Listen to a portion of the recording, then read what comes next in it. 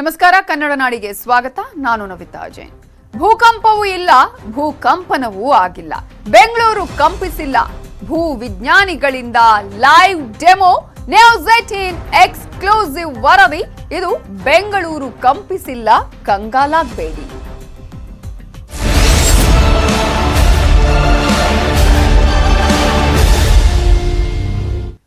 ಬೆಂಗಳೂರಿನಲ್ಲಿ ಕಂಪನವಾಗಿಲ್ಲ, ಭೂಕಂಪನ ಆಗಿಲ್ಲ.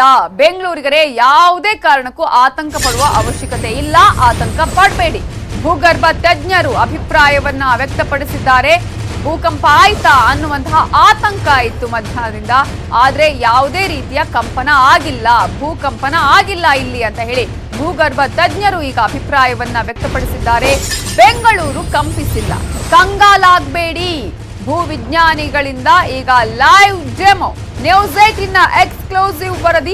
ಹೇಗಾಗತ್ತೆ, ಏನಕ್ಕಾಗತ್ತೆ, ಅಂತಹ ಸಂದರ್ಭ ಹೇಗಿರುತ್ತೆ, ಇದೆಲ್ಲದರ ಸಂಪೂರ್ಣ ಮಾಹಿತಿಯನ್ನ ಲೈವ್ ಡೆಮೋ ಮೂಲಕ ತೋರಿಸಿಕೊಡ್ತಾರೆ. ನ್ಯೂಸ್ 18 ಕನ್ನಡದಲ್ಲಿ ಎಕ್ಸ್ಕ್ಲೂಸಿವ್ ಲೈವ್ ಡೆಮೋವನ್ನ ತೋರಿಸ್ತೀವಿ. ಹಾಗಾದ್ರೆ ಭೂಕಂಪನಕ್ಕೆ ಸಂಬಂಧಪಟ್ಟ ಹಾಗೆ ಇಷ್ಟು ಹೊತ್ತು ಆತಂಕ ಇತ್ತು, ಹಾಗಾದ್ರೆ ಏನಾಗಿದೆ, ಯಾವ ರೀತಿಯಾಗಿ ಭೂಕಂಪನ ಆದ್ರೆ ಏನೇನಾಗತ್ತೆ, ಇದರ ಬಗ್ಗೆ ಲೈವ್ ಡೆಮೋವನ್ನ ಕೊಟ್ಟಿದ್ದಾರೆ ಪ್ರೊಫೆಸರ್ ಅಶೋಕ್ ಹಂಜಗಿ, ಭೂಗೋಳಶಾಸ್ತ್ರ ಮುಖ್ಯಸ್ಥರು. ಭೂಗೋಳಶಾಸ್ತ್ರ ಮುಖ್ಯಸ್ಥರಾಗಿರುವಂತಹ ಪ್ರೊಫೆಸರ್ ಅಶೋಕ್ ಹಂಜಗಿ ಅವರು ಈಗಾಗಲೇ ಲೈವ್ ಡೆಮೋವನ್ನ ಕೊಟ್ಟಿದ್ದಾರೆ. ಹೇಗಾಗತ್ತೆ ಈ ಒಂದು ಭೂಕಂಪ ಆದಂತಹ ಸಂದರ್ಭದಲ್ಲಿ ಅನ್ನೋದ್ರ ಸಂಪೂರ್ಣ ಮಾಹಿತಿ ನಿಮ್ಗಾಗಿ. ಭೂಕಂಪನಗಳು ಯಾಕೆ ಆಗ್ತವೆ ಅಂತಂದ್ರೆ, ಇಲ್ಲಿ ನಾನು ನಿಂತ್ಕೊಂಡಿರ್ತಕ್ಕಂಥ ಮ್ಯಾಪ್ಗಳನ್ನು ನೋಡ್ಬೋದು. ನಿಮಗೆ ಇಡೀ ವರ್ಲ್ಡ್ ಮ್ಯಾಪ್ ಇದು. ಇಡೀ ವರ್ಲ್ಡ್ ಮ್ಯಾಪನ್ನು ನಾವು ಡಿಫ್ರೆಂಟ್ ಲೈಥೋಸ್ಪೆರಿಕ್ ಪ್ಲೇಟ್ ಅಂತ ನಾವು ಕರಿತೀವಿ. ಇದೊಂದು ನಾರ್ತ್ ಅಮೇರಿಕನ್ ಪ್ಲೇಟು, ಇದೊಂದು ಸೌತ್ ಅಮೇರಿಕನ್ ಪ್ಲೇಟು, ಇದೊಂದು ಆಫ್ರಿಕನ್ ಪ್ಲೇಟು, ಈ ಕಡೆ ಬಂದಾಗ ಇಂಡೋ ಮತ್ತು ಆಸ್ಟ್ರೇಲಿಯನ್ ಪ್ಲೇಟು ಅಂತ ನಾವು ಹೇಳ್ತೀವಿ, ಅದು ಒಂದು ಪ್ಲೇಟು. ಮತ್ತು ಮೇಲ್ಗಡೆ ಇರ್ತಕ್ಕಂಥದ್ದು ಯುರೇಸಿಯನ್ ಪ್ಲೇಟ್ ಅಂತ ನಾವು ಹೇಳ್ತೀವಿ. ಅಂದರೆ ಯುರೇಸಿಯಾ ಮತ್ತು ಯುರೋಪ್ ಮತ್ತು ಏಷಿಯನ್ ಪ್ಲೇಟ್ ಅಂತ ತಿಳ್ಕೊಂಡ್ಬಿಟ್ಟು. ಈಗ ಈ ಪ್ಲೇಟ್ಸ್ಗಳು ಯಾವತ್ತೂ ಚಲನಾತ್ಮಕ ರೀತಿಯಲ್ಲಿ ಇರ್ತವೆ. ತಾವು ಇಲ್ಲಿ ನೋಡ್ಬೋದು, 48 ಮಿಲಿಮೀಟರ್ ಅಂದರೆ ವರ್ಷಕ್ಕೆ 48 ಮಿಲಿಮೀಟರ್ ಈ ಇಂಡಿಯಾ ಮತ್ತು ಆಸ್ಟ್ರೇಲಿಯಾ ಪ್ಲೇಟು ಇದು ನಾರ್ತಕ್ಕೆ ಅಂದರೆ ಉತ್ತರಕ್ಕೆ ಮೂವ್ ಆಗ್ತಾ ಇರ್ತದೆ. ಸೊ ಅದೇ ರೀತಿ ಇಲ್ಲಿ ಪ್ಯಾಸಿಫಿಕ್ ಓಷಿಯನ್ನಲ್ಲಿ ಏನಾಗ್ತಾ ಇದೆ ಅಂತಂದರೆ, ಈ ಆಸ್ಟ್ರೇಲಿಯಾ ಇಂಡೋ ಆಸ್ಟ್ರೇಲಿಯನ್ ಪ್ಲೇಟು ಇದು ನಾರ್ತಕ್ಕೆ ಮೂವ್ ಆಗ್ತಾ ಇದೆ, ಈ ಕಡೆ ಮೂವ್ ಆಗ್ತಾ ಇದೆ 106 ಮಿಲಿಮೀಟರ್ ವೇಗವಾಗಿ. ಅದೇ ರೀತಿ ಈ ಪ್ಯಾಸಿಫಿಕ್ ಪ್ಲೇಟ್ ಏನಿದೆಯಲ್ಲ, ಇದು ಇಂಡೋ ಆಸ್ಟ್ರೇಲಿಯನ್ ಪ್ಲೇಟ್ ಕೆಳಗಡೆ ಹೋಗ್ತಾ ಇದೆ. ಹೀಗಾಗಿ ಇಲ್ಲಿ ತಾವು ನೋಡ್ಬೋದು ಸಿರೀಸ್ ಆಫ್ ಅರ್ಥ್ಕ್ವಿಕ್ಸು ಮತ್ತು ವೋಲ್ಕ್ಯಾನಿಕ್ ಆಕ್ಟಿವಿಟೀಸ್ ಇಲ್ಲಿ ನಾವು ಸಾಕಷ್ಟು ಕಾಣಬಹುದು. ಯಾಕಂದರೆ ಇವು ಎರಡು ಪ್ಲೇಟು ಸಂಧಿಸ್ತಕ್ಕಂಥ ಜಾಗ. ಒಂದು ಪ್ಲೇಟು ಇನ್ನೊಂದು ಪ್ಲೇಟು, ಅಂದರೆ ಒಂದು ಪ್ಲೇಟು ಭಾರವಾಗಿರ್ತಕ್ಕಂಥದ್ದು ಅದು ಕೆಳಗಡೆ ಹೋಗುತ್ತೆ, ಭಾರವಾಗಿರ್ತಕ್ಕಂಥದ್ದು ಕೆಳಗಡೆ ಹೋಗುತ್ತೆ, ಲೈಟ್ ಆಗಿರ್ತಕ್ಕಂಥದ್ದು ಮೇಲೆ ಹೋಗ್ತದೆ.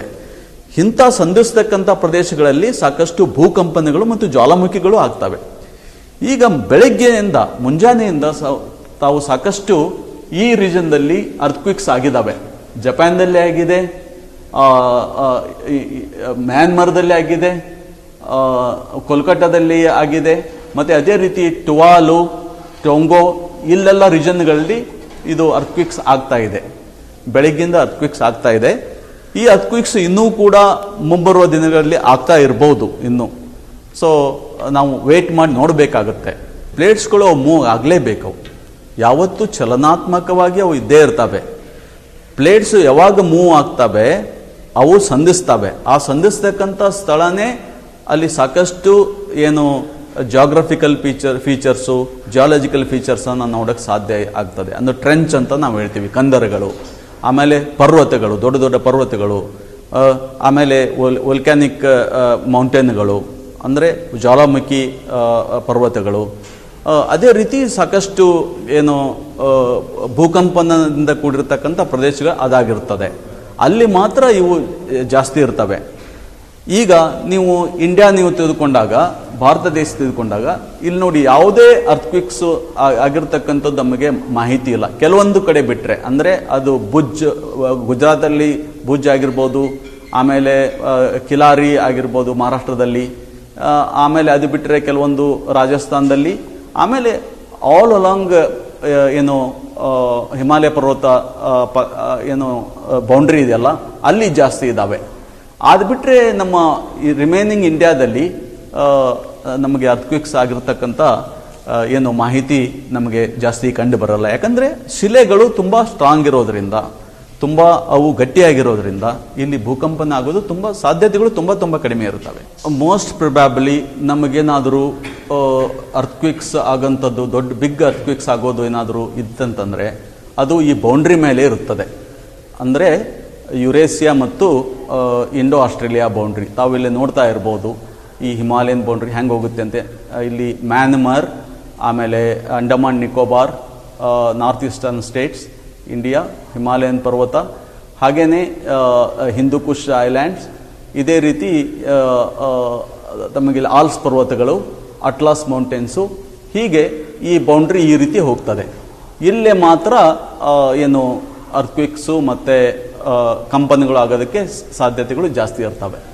ಸೊ ಅದಕ್ಕಾಗಿ ನಮ್ಮಲ್ಲಿ ಏನಾದರೂ Indian ocean, especially bay of Bengal, ಇಲ್ಲೇನಾದರೂ ಅರ್ಥಕ್ವಿಕ್ಸ್ ಆದಂದರೆ ಇಲ್ಲಿಂದ ಸುನಾಮಿ ಅಲೆಗಳು ಎದ್ದು ಅವು ನಮ್ಮ ಏನು ಸೌತ್ ಇಂಡಿಯಾ ಕೋಸ್ಟಲ್ ಏರಿಯಾಕ್ಕೆ ಬಂದು ತಲುಪಿಸ್ತಕ್ಕಂಥ ಸಾಧ್ಯತೆಗಳಿರ್ತವೆ, ಇನ್ ಕೇಸ್ ಆದರೆ ಮಾತ್ರ.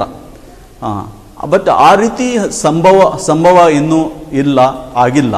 ಅದಕ್ಕೆ ಭಯ ಮತ್ತು ಆತಂಕ ಪಡಬೇಕಂತ ಅವಶ್ಯಕತೆ ಇಲ್ಲ. ಈಗ ಗಾಳಿ ಬೀಸಲೇಬೇಕಾಗತ್ತೆ, ಮಳೆ ಬರಲೇಬೇಕಾಗತ್ತೆ, ಪ್ಲೇಟ್ಸ್ಗಳು ಅವು ಮೂವ್ ಆಗಲೇಬೇಕಾಗತ್ತೆ. ಇವೆಲ್ಲ ಒಂದು ನೇಚರ್ ಕೊಡ್ತಕ್ಕಂಥ ಏನು ನೇಚರ್ ಲಾ ಅಂತ ನಾವು ಹೇಳ್ತೀವಿ, ಇದನ್ನು ನಾವು ಅಕ್ಸೆಪ್ಟ್ ಮಾಡ್ಕೋಬೇಕಾಗತ್ತೆ. ಭಯವನ್ನು ಬಿಟ್ಟು ಇರಲೇಬೇಕಾಗ್ತದೆ. ಯಾಕಂದರೆ ನಾವು ಸೇಫರ್ ಝೋನಲ್ಲಿದ್ದೀವಿ ಒಂದು, ಮತ್ತು ಇವುಗಳ ಬಗ್ಗೆ ಸಾಕಷ್ಟು ಮಾಹಿತಿಯನ್ನು ಪಡ್ಕೋಬೇಕಾಗತ್ತೆ. ಅರ್ಥಕ್ವಿಕ್ಸ್ ಯಾಕೆ ಆಗ್ತವೆ, ಎಲ್ಲಿ ಆಗ್ತವೆ, ಅದರದ್ದು ತೀವ್ರತೆ ಹೇಗಿರುತ್ತೆ, ಮತ್ತು ಅದನ್ನು ನಾವು ಆ ಅರ್ಥಕ್ವಿಕ್ಸ್ ಆದಾಗ ನಾವು ಏನು ಮಾಡ್ಬೋದು, ಏನು ಕ್ರಮ ಕೈಗೊಳ್ಬೋದು, ಅದನ್ನೆಲ್ಲ ಒಂದು ಅವೇರ್ನೆಸ್ಸು ಜನರಲ್ಲಿ ಮೂಡಬೇಕಾಗತ್ತೆ. ಜನರು ಅದರ ಬಗ್ಗೆ ಅರಿವು ಪಡ್ಕೋಬೇಕಾಗತ್ತೆ, ಸ್ವಲ್ಪ ಓದ್ಕೋಬೇಕಾಗತ್ತೆ. ಭಯ ಪಡ್ತಕ್ಕಂಥದ್ದು ಏನೂ ಇಲ್ಲ. ಬೆಂಗಳೂರಲ್ಲಿ ಯಾವುದೇ ರೀತಿಯ ಕಂಪನ ಆಗಿರುವ ಬಗ್ಗೆ ಮಾಹಿತಿ ದಾಖಲಾಗಿಲ್ಲ. ಮಧ್ಯಾಹ್ನ 12:15ರಲ್ಲಿ ಕಂಪನ ಆಗಿದೆ ಅಂತ ಜನ ಹೇಳ್ತಿದ್ದಾರಷ್ಟೇ. ನ್ಯೂಸ್ 18ಗೆ KSNMDC ನಿರ್ದೇಶಕ CV ರಾಮನ್ ಹೇಳಿಕೆಯನ್ನ ಕೊಟ್ಟಿದ್ದಾರೆ. ಯಾವುದೇ ಕಂಪನದ ಮಾಹಿತಿ ದಾಖಲಾಗಿಲ್ಲ ಬೆಂಗಳೂರಲ್ಲಿ. ಜನ ಹೇಳಿದ್ದಾರೆ 12:15ರಲ್ಲಿ ಸ್ವಲ್ಪ ಕಂಪನ ಆಗಿದೆ ಅಂತ ಹೇಳಿ, ಆದರೆ ಇಲ್ಲಿವರೆಗೂ ಅಂತಹದ್ದು ಯಾವುದೇ ರೀತಿಯಾದಂತಹ ದಾಖಲಾತಿ ಆಗಿಲ್ಲ ಅದು ಅಂತ ಹೇಳಿ KSNMDC CV ರಾಮನ್ ಈಗ ಮಾಹಿತಿಯನ್ನ ಕೊಟ್ಟಿದ್ದಾರೆ. ಅದರ ನಿರ್ದೇಶಕರು ವರದಿ ಪ್ರಕಾರ ಯಾವುದೇ ಟ್ರಿಮ್ಮರ್ಸ್ ಇಲ್ಲ ಅನ್ನೋದನ್ನ ಹೇಳಿದ್ದಾರೆ. ಸ್ಥಳಕ್ಕೆ ಭೇಟಿ ಕೊಟ್ಟು ನಮ್ಮ ಇಲಾಖೆ ತನಿಖೆ ಮಾಡುತ್ತೆ, ನಾನಾ ಕಾರಣಗಳಿಂದ ಹೀಗಾಗಿರಬಹುದು ಅಂತ ಹೇಳಿದ್ದಾರೆ CV ರಾಮನ್.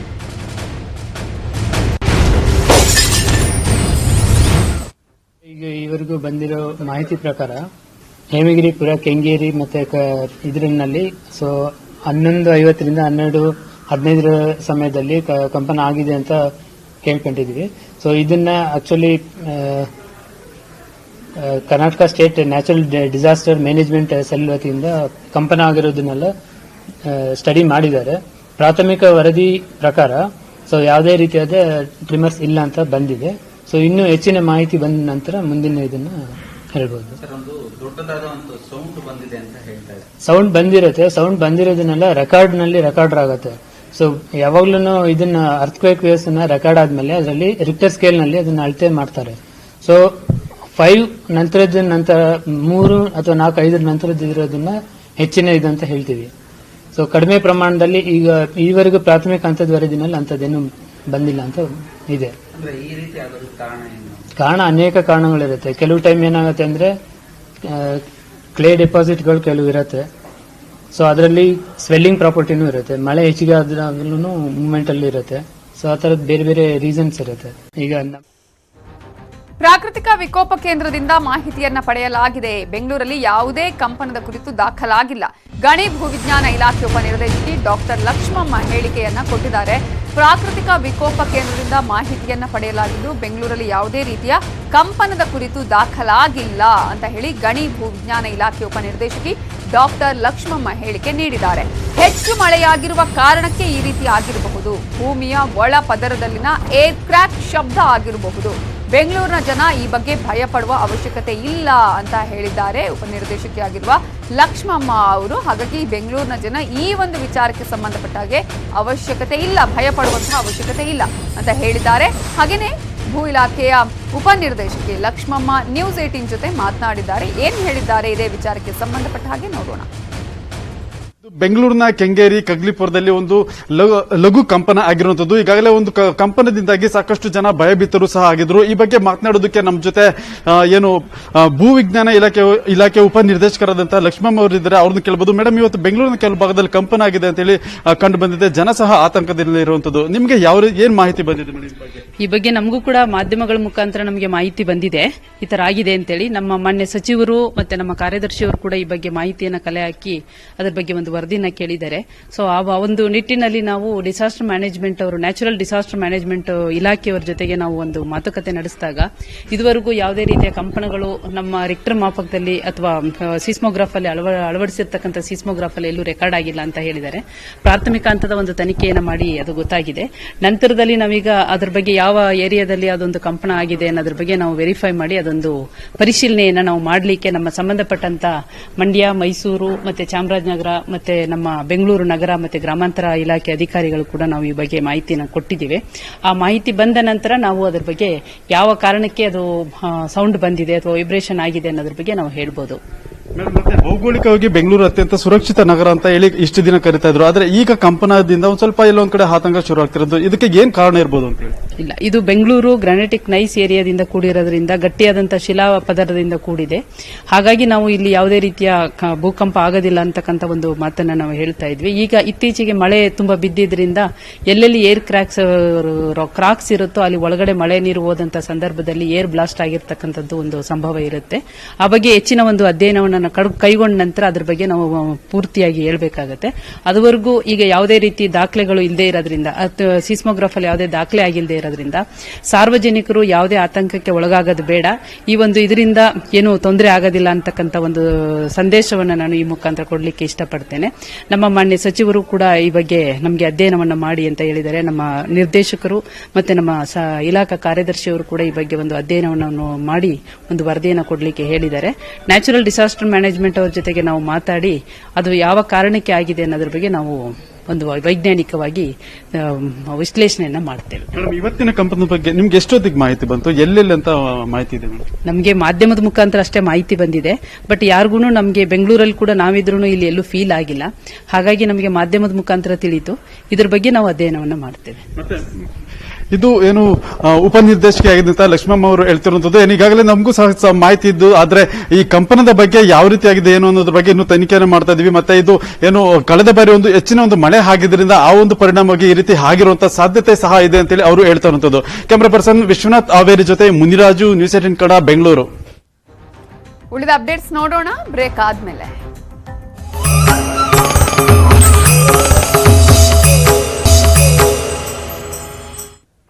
Welcome back. ಭಾರತದ ವಿಭಜನೆಯ ನೋವನ್ನ ಇನ್ನೂ ನಮಗೆ ಮರೆಯಲು ಆಗಿಲ್ಲ ಅಂತ ಆರ್ಎಸ್ಎಸ್ ಮುಖ್ಯಸ್ಥ ಮೋಹನ್ ಭಾಗವತ್ ಹೇಳಿದ್ದಾರೆ. ಭಾರತದ ವಿಭಜನೆ ನಮಗಾದ ಅತಿ ದೊಡ್ಡ ಹಿನ್ನಡೆ, ಆದ್ರೆ ಇನ್ನೊಮ್ಮೆ ಹೀಗಾಗಲು ನಾವು ಬಿಡಲ್ಲ ಅಂತ ಭಾಗವತ್ ಹೇಳಿದ್ದಾರೆ. ಇಸ್ಲಾಂ ಹೆಸರಿನಲ್ಲಿ ದೇಶ ವಿಭಜನೆ ಆಗಬೇಕು ಅಂತ ಹೇಳುವವರಿಗೆ ಮೋಹನ್ ಭಾಗವತ್ ಈ ತಮ್ಮ ಮಾತಿನ ಮೂಲಕ ಚಾಟಿ ಬೀಸಿದ್ರು.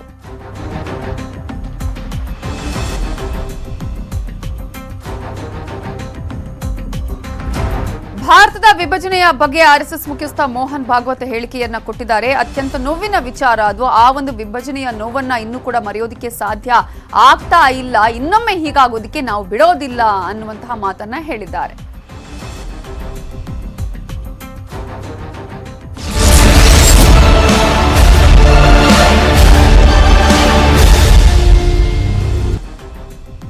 ಬಗೆದಷ್ಟು ಹೆಚ್ಚುತ್ತಿದೆ ಶಾಂತಗೌಡನ ಸಂಪತ್ತು. Kalaburagi PWD JE Shantagouda Biradar account ಅಲ್ಲಿ ಎಷ್ಟೆಷ್ಟು ಅಮೌಂಟ್ ಇದೆ?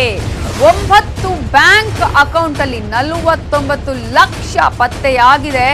9 ಬ್ಯಾಂಕ್ ಅಕೌಂಟ್ಗಳಲ್ಲಿ ದೊರಕಿದಂತಹ ಹಣ ಇದು. ಕಲಬುರಗಿ, ಜೇವರ್ಗಿ ಬ್ಯಾಂಕ್ ಅಕೌಂಟ್ಗಳಲ್ಲಿ ಈಗ ಈ ಹಣ ಪತ್ತೆಯಾಗಿದ್ದು ಬೆಂಗಳೂರಲ್ಲಿ ಇನ್ನೂ 5 ಅಕೌಂಟ್ಗಳನ್ನ ಪರಿಶೀಲನೆ ಮಾಡಲಾಗ್ತಾ ಇದೆ. ಬೆಂಗಳೂರಿನಲ್ಲಿರುವಂತಹ ಬ್ಯಾಂಕ್ ಅಕೌಂಟ್ಗಳ ಪರಿಶೀಲನೆ ಮಾತ್ರ ಬಾಕಿ ಇರುವಂತದ್ದು. ನಿನ್ನೆವರೆಗೂ ಒಟ್ಟು ಆದಾಯಕ್ಕಿಂತ 500 ಪಟ್ಟು ಹೆಚ್ಚಳ ಆದಾಯ ಇರೋದು ಅಲ್ಲಿ ಕಂಡು ಬಂದಿದೆ.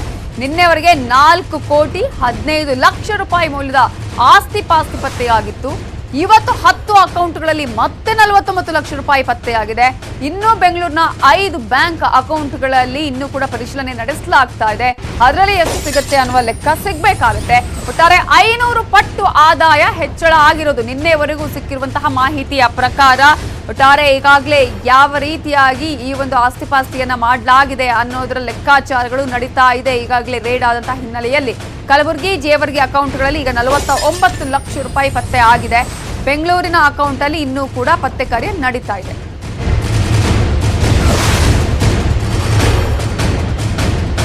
ಇದರ ಬಗ್ಗೆ ಇನ್ನಷ್ಟು ಡೀಟೇಲ್ಸ್ ಕೊಡೋದಕ್ಕೆ ನಮ್ಮ ರಿಪೋರ್ಟರ್ ಅರುಣ್ ಕುಮಾರ್ ಈಗ ಫೋನ್ ಸಂಪರ್ಕದಲ್ಲಿದ್ದಾರೆ. ಅರುಣ್, ಈಗಾಗಲೇ ಯಾವ ರೀತಿಯಾಗಿ ಆಸ್ತಿಯನ್ನ ಮಾಡ್ಕೊಳ್ಳಲಾಗಿದೆ, ಆದಾಯಕ್ಕಿಂತ 500 ಪಟ್ಟು ಹೆಚ್ಚಳ ಆದಾಯವನ್ನ ಮಾಡ್ಕೊಂಡಿರುವ ಹಿನ್ನೆಲೆಯಲ್ಲಿ ಈಗ ಯಾವ ರೀತಿಯಾಗಿ ಪರಿಶೀಲನೆ ಅಲ್ಲಿ ಕಂಪ್ಲೀಟ್ ಆಗಿ ನಡೆದಿದೆಯಾ, ಮುಗ್ದಿದೆಯಾ, ಎಲ್ಲವೂ ಕೂಡ ಎಷ್ಟು ಅಂದ್ರೆ 49 ಲಕ್ಷ ರೂಪಾಯಿ ಎಷ್ಟೇನ ಪತ್ತೆ ಆಗಿರೋದಲ್ಲಿ? ಹೌದು ನವಿತಾ, ಏನು 2 ದಿನಗಳ ಕಾಲ ಏನು ಶೋಧನ ನಡೆಸಿದ್ರು ಐಟಿ ಅಧಿಕಾರಿಗಳು. ದಾಳಿ ವೇಳೆಯಲ್ಲಿ 54 ಲಕ್ಷ ರೂಪಾಯಿ ಆಸ್ತಿಯನ್ನ ಪತ್ತೆಯಾಗಿತ್ತು. ಅಲ್ಲದೆ ಅವರ ಏನು ತಂದೆ ಮತ್ತೆ ಮಗನ ಇಬ್ಬರ ಬ್ಯಾಂಕ್ ಅಕೌಂಟ್ ನಲ್ಲಿ 49 ಲಕ್ಷ ರೂಪಾಯಿ ಈಗೇನು ಸದ್ಯಕ್ಕೆ ಏನು ಎಸಿಬಿ ಅಧಿಕಾರಿಗಳಿಗೆ ಸಿಕ್ಕಿದಾವೆ. ಈ 49 ಲಕ್ಷಗಳು ಕೂಡ ಕಲಬುರಗಿ, ಜೇವರ್ಗಿ ಸೇರಿದಂತೆ ಸುಮಾರು 16 ಬ್ಯಾಂಕ್ಗಳಲ್ಲಿ, ವಿವಿಧ ಬ್ಯಾಂಕ್ಗಳಲ್ಲಿ ಇವರು ಏನು ಠೇವಣಿಗಳನ್ನ ಇಟ್ಟಿದ್ರು. ಅಲ್ಲದೆ ಇಷ್ಟೆಲ್ಲ ಆದ್ರೂ ಕೂಡ ಇನ್ನೂ ಏನು ಇಷ್ಟೆಲ್ಲ ಹಣಗಳನ್ನ ಸಿಕ್ಕಿದೆ, ಆಸ್ತಿ ಸಿಕ್ಕಿದೆ.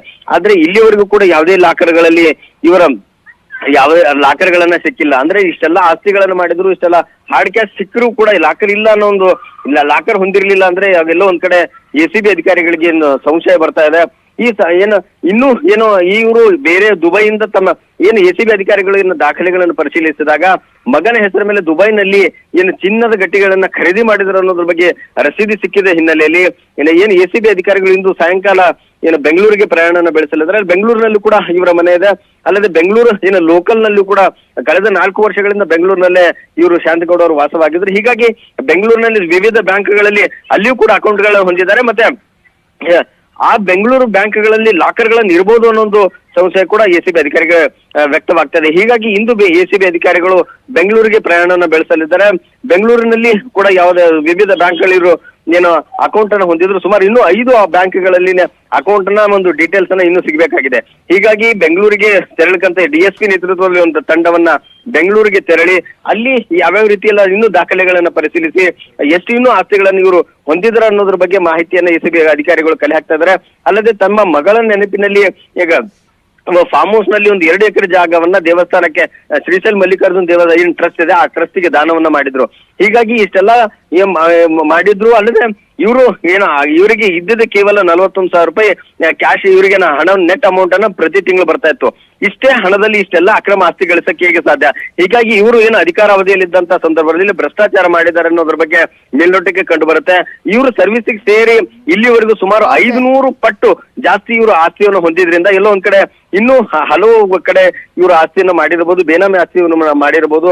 ಅಲ್ಲದೆ ಚಿನ್ನವೂ ಕೂಡ ಇಲ್ಲ ಎಲ್ಲ ಲಾಕರ್ಗಳಲ್ಲಿ ಇಟ್ಟಿರಬಹುದು ಅನ್ನೋ ಒಂದು ಸಂಶಯ ಕೂಡ ಅಲ್ಲಿನ ಏನು ಎಸಿಬಿ ಅಧಿಕಾರಿಗಳ ದೊರಕ್ತಾ ಏನು ಸಂಶಯ ಬರ್ತದೆ. ಹೀಗಾಗಿ ಈ ಹಿನ್ನೆಲೆಯಲ್ಲಿ ಬೆಂಗಳೂರಿಗೆ ತೆರಳಿ ಅಲ್ಲಿ ಏನಾದ್ರೂ ಇವರು ಚಿನ್ನವನ್ನ ಖರೀದಿ ಮಾಡಿ ಅಲ್ಲಿ ಎಲ್ಲಾದ್ರೂ ಲಾಕರ್ನಲ್ಲಿ ಇಟ್ಟಿರಬಹುದಾದ ಅನ್ನೋ ಅನುಮಾನ ಕೂಡ ವ್ಯಕ್ತವಾಗಿದೆ. ಯಾಕಂತಂದ್ರೆ ದುಬೈನಲ್ಲಿ ಖರೀದಿ ಮಾಡಿರ್ತಕ್ಕಂತಹ ಆ ಚಿನ್ನದ ರಿಸಿಪ್ಟ್ ಅನ್ನ ಇವರಿಗೆ ಅಧಿಕಾರಿಗಳು ಸಿಕ್ಕಿದ್ರಿಂದ ಈ ಚಿನ್ನ ಎಲ್ಲೋಯ್ತು ಅನ್ನೋದ್ರ ಬಗ್ಗೆ ಆ ಚಿನ್ನದ ಏನು ಎಸಿಬಿ ಅಧಿಕಾರಿಗಳು ಚಿನ್ನದ ಬೆನ್ನ ಹತ್ತಿದ್ದಾರೆ. ನವಿತಾ, ಇನ್ನೂ ರೇಡ್ ಅನ್ನ ಕಂಪ್ಲೀಟ್ ಆಗಿಲ್ಲ. ಇನ್ನು 2 ದಿನಗಳ ಕಾಲ ಇದು ಎಷ್ಟು ಆಗಿದ್ದಷ್ಟು ಬಗೆದಷ್ಟು ಇವರ ಅಕ್ರಮ ಬಯಲಾಗ್ತಿದೆ. ಭ್ರಷ್ಟಾಚಾರ ಎಷ್ಟು ಮಾಡಿದ್ರು ಅನ್ನೋದ್ರ ಬಗ್ಗೆ ಏನು ಅಧಿಕಾರಿಗಳು ಕೂಡ ಕಲೆ ಹಾಕಿ ಇನ್ನೂ ರೇಡ್ ಅನ್ನ ಮುಂದುವರಿಸಿದ್ದಾರೆ. ನವಿತಾ, ಥ್ಯಾಂಕ್ ಯು ಅರುಣ್ ಕುಮಾರ್ ಡೀಟೇಲ್ಸ್ಗೆ. ಪಿಡಬ್ಲ್ಯೂಡಿ ಜೆಇ ಶಾಂತಗೌಡ ಆಸ್ತಿ ಜಾಲಾಡ್ತಾ ಇದೆ. ಎಸಿಬಿ ಆಲ್ರೆಡಿ ಬೆಂಗಳೂರಿನ ಜಯನಗರ ಮನೆಯಲ್ಲಿ ಶೋಧ ಕಾರ್ಯ ನಡೀತಾನೆ ಇದೆ. ಮನೆಯಲ್ಲಿ ಕೆಲವು ದಾಖಲೆಗಳು ಪತ್ತೆಯಾದ ಹಿನ್ನೆಲೆಯಲ್ಲಿ ಈಗಾಗಲೇ ಇನ್ನಷ್ಟು ಪರಿಶೀಲನೆಯನ್ನ ಮಾಡ್ತಾ ಇದ್ದಾರೆ. ಏನೇನ್ ಕತೆ, ಎಷ್ಟೆಷ್ಟು ಆಸ್ತಿ ಈಗಾಗಲೇ ಪತ್ತೆ ಆಗಿದೆ, ಒಂದಷ್ಟು ಹಣ ಕೂಡ ಪತ್ತೆ ಆಗಿರೋದನ್ನ ನಾವು ನೋಡ್ತಾ ಇದ್ದೀವಿ ಕಳೆದ 3 ದಿನಗಳಿಂದ. ಸೊ ಈಗ ಮತ್ತೆ ದಾಖಲೆಗಳು ಪತ್ತೆಯಾದ ಹಿನ್ನೆಲೆಯಲ್ಲಿ ಆ ಒಂದು ಮಾಹಿತಿಯನ್ನ ಸಿಗ್ತಾ ಇರುವಂತಹ ಹಿನ್ನೆಲೆಯಲ್ಲಿ ಸಾಕಷ್ಟು ಪರಿಶೀಲನೆ ನಡೆಸ್ತಾ ಇದ್ದಾರೆ. 3 ಆಸ್ತಿ ಪತ್ರಗಳು ಬಿರಾದಾರ್ ಮನೆಯಲ್ಲಿ ಪತ್ತೆಯಾಗಿದೆ ಅಂತ ಹೇಳಲಾಗಿದ್ದು ಬೇರೆ ಬೇರೆ ಬ್ಯಾಂಕ್ಗಳಲ್ಲೂ ಕೂಡ ಖಾತೆಯನ್ನ ಹೊಂದಿರುವಂತಹ ಮಾಹಿತಿ ಎಸಿಬಿ ಅಧಿಕಾರಿಗಳಿಗೆ ಸಿಕ್ಕಿದೆ. ವಿವಿಧ ಖಾತೆಗಳಲ್ಲಿ 50 ಲಕ್ಷ ಇಟ್ಟಿರುವಂತಹ ಒಂದು ಅನುಮಾನ ಕೂಡ ಇದೆ. ಶಾಂತಗೌಡ ಅವರು ಬೇರೆ ಬೇರೆ ಅಕೌಂಟ್ಗಳಲ್ಲಿ ಠೇವಣಿಗಳನ್ನ ಇಟ್ಟಿರೋದ್ರ ಬಗ್ಗೆ ಕೂಡ ಮಾಹಿತಿ ಈಗ ಸಿಕ್ಕಿದೆ. ಜೊತೆಗೆ ಈಗಾಗಲೇ ಒಂದಷ್ಟು ದಾಖಲೆಗಳು ಕೂಡ ಸಿಕ್ಕಿದೆ. ಆ ದಾಖಲೆಗಳ ಬೆನ್ನತ್ತಿ ಈಗ ಬೆಂಗಳೂರಿನಲ್ಲೂ ಕೂಡ ಜಾಲಾಡ್ತಾ ಇದೆ ಎಸಿಬಿ ಅಧಿಕಾರಿಗಳು ಸಂಪೂರ್ಣ ಮಾಹಿತಿಯನ್ನ ಕಲೆ ಹಾಕ್ತಿದ್ದಾರೆ. ಉಳಿದ ಪ್ರಮುಖ ಸುದ್ದಿ ನೋಡೋಣ ಬ್ರೇಕ್ ಆದ್ಮೇಲೆ.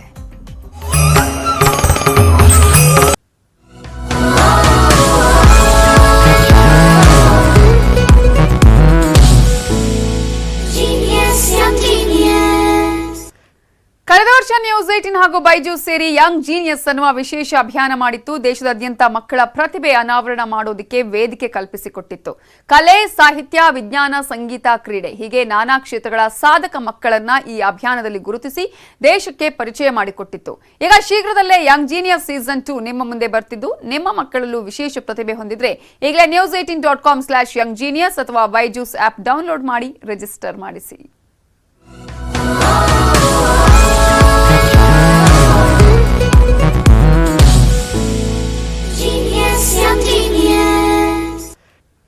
ಇವಿಷ್ಟು ಈ ಹೊತ್ತಿನ ಪ್ರಮುಖ ಸುದ್ದಿ. ನೋಡ್ತಾ ಇರಿ ನ್ಯೂಸ್ 18 ಕನ್ನಡ. ಜಾಲ ನಮ್ಮದು, ಬಲ ನಿಮ್ಮದು.